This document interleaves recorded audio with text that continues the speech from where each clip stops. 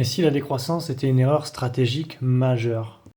On nous explique depuis des années qu'il n'y aura pas assez de pétrole, les ressources s'épuisent, il faut ralentir, rouler à 30 km/h, il faut consommer moins, il ne faut plus manger de viande, il faut accepter la contraction, la décroissance, comme ils disent. Mais pendant ce temps, en fait, qu'est-ce qu'on voit réellement? Cette année, on a eu plus de 150 lancements spatiaux de la part de SpaceX. Et, euh, et si on prend la globalité, en fait, avec les chiffres de la NASA a seulement envoyé 1% des lancements spatiaux. Ça veut dire que 99% sont faits par une entreprise privée, en l'occurrence SpaceX. Donc on a des milliers de lancements spatiaux, on a des milliers de satellites qui sont déployés dans l'espace, on a des projets pour récupérer l'énergie solaire, on a des acteurs aux États-Unis qui considèrent que la Lune est composée à 20% de sa masse de silicium. Le silicium sert à fabriquer, alors je ne suis pas un expert, mais des puces pour les ordinateurs, des objets de télécommunication, bref, peut-être même des panneaux solaires, j'en sais rien, ou des batteries. Mais enfin, on a aux États-Unis des gens qui entreprennent, qui font des choses, pendant qu'en Europe, on a des personnalités comme monsieur, par exemple, une personnalité publique, monsieur Jean-Marc Jancovici, qui fait un constat qui est vrai, c'est que les ressources sont limitées.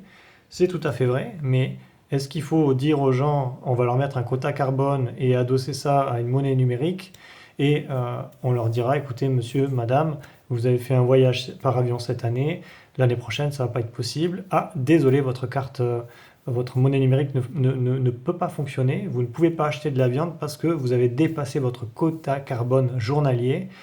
Est-ce que c'est ça que les gens veulent vraiment, en fait, des tickets de rationnement? Parce qu'en fait, ça, c'est typiquement dans l'Europe d'aujourd'hui. Ce sont donc des gens qui se sont arrêtés à un chiffre en disant le monde est fini, on est dans la décroissance, il n'y en aura pas assez pour tout le monde. Et à côté, de l'autre côté de l'Atlantique, on a des gens qui vont sur Mars. Donc on a Elon Musk, on a le patron d'Amazon, bref, on a plein de gens, ils vont dans l'espace, ils vont sur Mars, ils lancent des satellites. Le but, c'est récupérer l'énergie solaire, mettre l'IA et tous les data centers dans l'espace parce qu'il n'y a pas dans l'espace ce qu'ils appellent de problèmes de température, de problèmes météo. Donc les infrastructures sont beaucoup plus safe, sécurisées, d'accord? Et récupérer l'énergie solaire pour la redistribuer sur toutes les infrastructures terrestres. Pendant ce temps-là, en Europe, on nous dit il va falloir couper peut-être bientôt l'électricité, peut-être que voilà, il va y avoir un quota carbone sur le nombre d'énergie que vous allez consommer dans votre logement.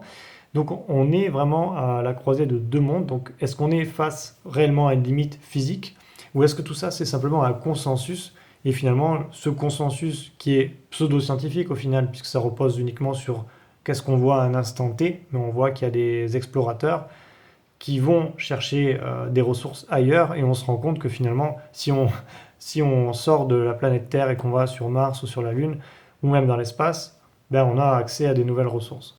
Alors le consensus scientifique c'est quelque chose qui est utile, mais le consensus par définition, il regarde juste le présent et après il extrapole. On a vu ce que ça a donné par le passé. Dans le passé, on nous a dit que le climat allait se réchauffer de 5 ou 10 degrés, que l'eau allait monter de dizaines de mètres, que des villes allaient être englouties sous l'eau, ce qui s'est jamais produit. Donc on se rend bien compte que le consensus, en fait, il y a un biais qui est de l'ordre de l'idéologie.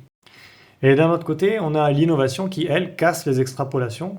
Donc il y a 150 ans, on manquait de bois, puis on a découvert par hasard le charbon, puis ensuite on a découvert le pétrole, puis le nucléaire, puis le solaire, puis les batteries. Donc à chaque époque, on a annoncé une limite et à chaque époque, il y a quelqu'un qui a finalement changé les règles du jeu. Alors qu'est-ce qui se passe réellement aujourd'hui en fait? L'espace est en train de changer les règles du jeu, d'accord? L'espace devient industrialisable. Donc on nous bassine à longueur de journée, particulièrement en Europe.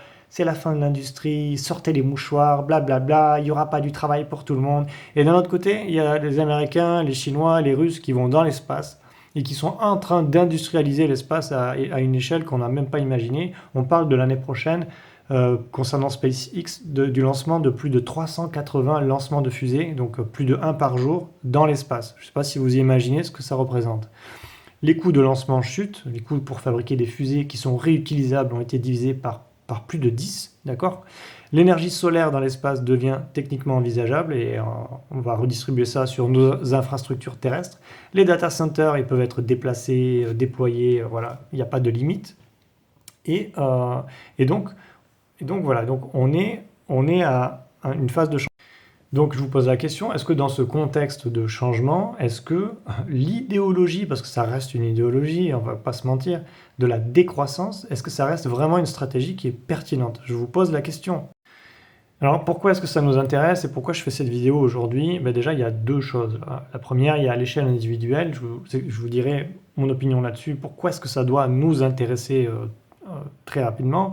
Et après, il y a à l'échelle, au niveau des entreprises. Ben, au niveau des entreprises, il y a une chose qui est très simple. Si aujourd'hui, vous voulez faire de la croissance et vous voulez lancer une entreprise, il ne faut pas la lancer en Europe. Vous ne pouvez pas la lancer dans une zone où, en fait, la seule idéologie politique envisagée par les leaders européens, ce sont les tickets de rationnement. Vous ne pouvez pas faire ça. Vous allez vous tirer une balle dans le pied. Dans le meilleur des cas, en fait, vous serez nationalisé et vous serez juste un fonctionnaire parmi d'autres dans l'Europe. Donc, c'est pour cette raison, si vous êtes une entreprise, vous devez avoir ces données, vous devez avoir conscience que non, Elon Musk, c'est pas le grand méchant loup, non, Elon Musk, il se balade pas avec une gigantesque croix bizarre sur son t-shirt et il n'a pas des discours extrémistes, non, il est juste en train d'installer des infrastructures et de créer un petit peu le monde de demain, et d'ailleurs, il n'y a pas que lui. Donc on se rend compte assez facilement que quand on creuse le sujet, on n'est plus dans un débat qui est idéologique, on est dans un débat d'infrastructure. Qui possède les infrastructures possédera le pouvoir demain. C'est la raison pour laquelle en Europe, c'est le branle-bas de combat. Les leaders européens ont complètement perdu de vue qu'est-ce que c'est une entreprise, qu'est-ce que c'est de l'innovation, à part l'utiliser, se l'approprier et après mettre des tickets de rationnement partout. C'est la seule solution qui est proposée. Mais pour les entreprises, ce n'est pas une solution qui sera viable, simplement parce que si vous êtes une entreprise en Europe et que vous voulez concurrencer une entreprise américaine ou chinoise, vous ne pourrez pas. Structurellement, ce sera impossible, vous n'y arriverez pas. C'est aussi une des raisons pour lesquelles beaucoup de gens, à titre individuel, prennent leur sac à dos ou prendront leur sac à dos et traverseront l'Atlantique pour aller vivre dans des pays avec un futur un peu meilleur. Donc, là où je veux en venir, donc, la deuxième chose, c'est pourquoi est-ce que ça nous intéresse à titre individuel? Il y a un phénomène aujourd'hui qui est très intéressant, c'est que pendant des dizaines et des dizaines d'années, le savoir était ultra spécialisé et les gens spécialisés, les experts donc, avaient un avenir professionnel radieux. Aujourd'hui, c'est plus du tout le cas. Vous avez plein de gens qui ont des masters et des doctorats qui sont au chômage parce que c'est pas du tout ce qu'a besoin le marché aujourd'hui. Et à titre individuel, si vous voulez survivre à la société qui vient avec l'IA, l'intelligence artificielle et tout ça, vous allez devoir vous informer et apprendre à apprendre par vous-même. Vous ne pouvez plus vous contenter d'un savoir spécialisé. Un savoir spécialisé va vous mettre sur la touche. Par contre, il va falloir que vous appreniez un peu d'économie, un peu de géographie, des connaissances techniques, du code, différentes langues. Il va falloir apprendre à apprendre des nouvelles choses. Et le savoir général, donc les généralistes vont, à mon avis, mieux s'en sortir que des experts. Donc, à partir de ce moment-là, les diplômes n'ont plus une très grande valeur. Et les leaders de demain ne vont sans doute pas être des gens qui ont des diplômes, mais ce seront peut-être des gens qui auront appris par eux-mêmes, mis en place et lancé des entreprises qui auront rencontré leur marché, en fait. Et donc voilà, donc tout le narratif politique qui essaye par survie d'essayer de subsister, va de moins en moins savoir de prise, notamment pour les entrepreneurs et les investisseurs, parce que ça n'a pas de prise avec la réalité. Et donc le discours de la décroissance, ça reste une bonne idée pour maîtriser des ressources qui sont finies, mais in fine, si on dézoome un peu, c'est dangereux si on voit tout par le biais du prisme de la décroissance. On ne pourra pas être compétitif. Et donc ce sont des informations très importantes à prendre en compte. Et dans cette vidéo, je ne suis pas en train de dire que la décroissance, c'est faux ou c'est pas réel. Je suis en train de dire simplement, et si c'était une erreur stratégique majeure?